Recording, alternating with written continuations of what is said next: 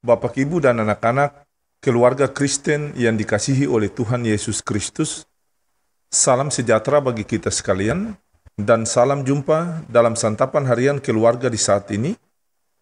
Sebelum kita membaca dan mendengarkan sabda firman Tuhan, mari kita berdoa.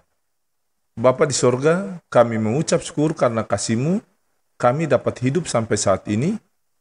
Ya Tuhan Yesus firman yang hidup, kami mohon, bantulah kami dengan Roh-Mu yang kudus, dalam memahami apa yang Bapa kehendaki dan rencanakan dalam diri kami melalui firman Tuhan saat ini. Dalam nama Tuhan Yesus firman yang hidup, kami berdoa.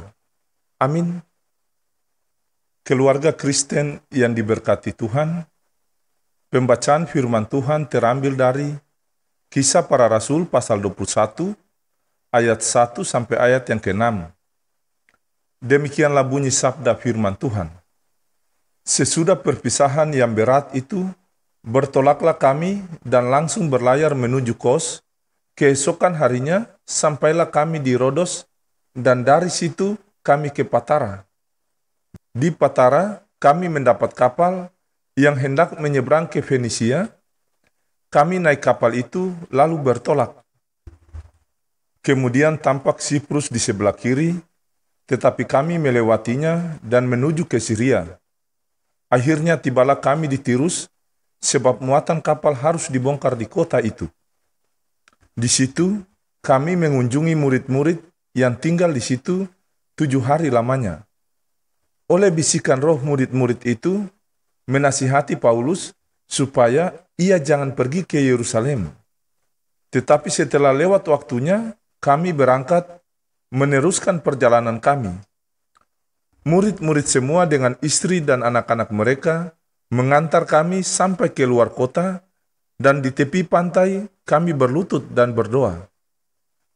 Sesudah minta diri, kami naik ke kapal dan mereka pulang ke rumah.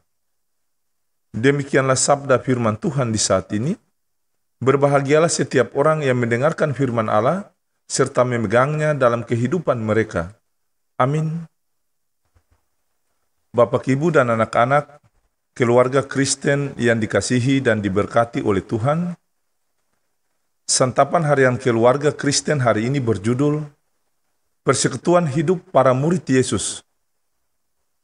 Keluargaku yang terkasih dalam Tuhan, persekutuan umat sebagai murid-murid Yesus sangat terlihat dari cara hidup mereka.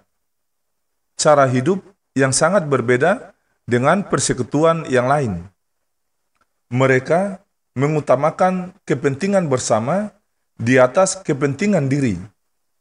Mereka saling menegur, saling mengingatkan, saling membantu dengan penuh kasih.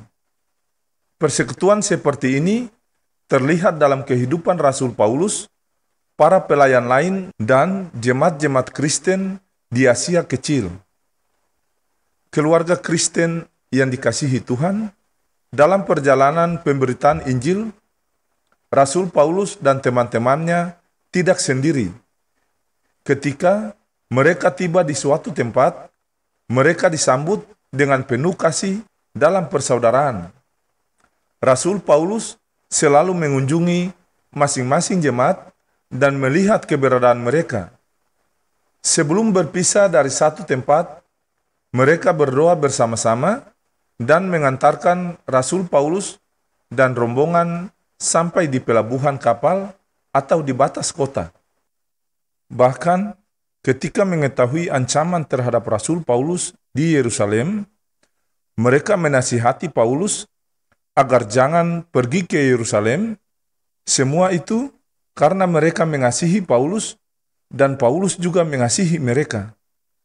Cara hidup seperti itulah yang menyebabkan Injil Kristus tersebar dengan sangat luas dan mereka sanggup menghadapi berbagai tantangan, bahkan ancaman. Keluarga Kristen yang dikasihi dan diberkati oleh Tuhan, saat ini kita sebagai orang percaya juga menghadapi berbagai tantangan dan ancaman. Hal penting yang harus dihidupkan dan dirawat dengan baik adalah persekutuan hidup. persekutuan hidup keluarga, persekutuan jemaat, persekutuan masyarakat, di mana di sana semua anggota persekutuan saling mengasihi, saling membantu, saling menegur, saling mendoakan, saling mengingatkan, dan saling mengampuni satu dengan yang lain. Keluarga Kristen yang terkasih, hanya dengan demikian kita dapat menjadi murid-murid Yesus yang taat dan setia. Ya Tuhan Yesus, berkatilah persekutuan hidup kami dimanapun kami berada. Allah Tritunggal sumber damai sejahtera, kiranya memperlengkapi kamu dengan segala yang baik untuk melakukan kehendak-Nya dalam dunia ini oleh Yesus Kristus. Amin.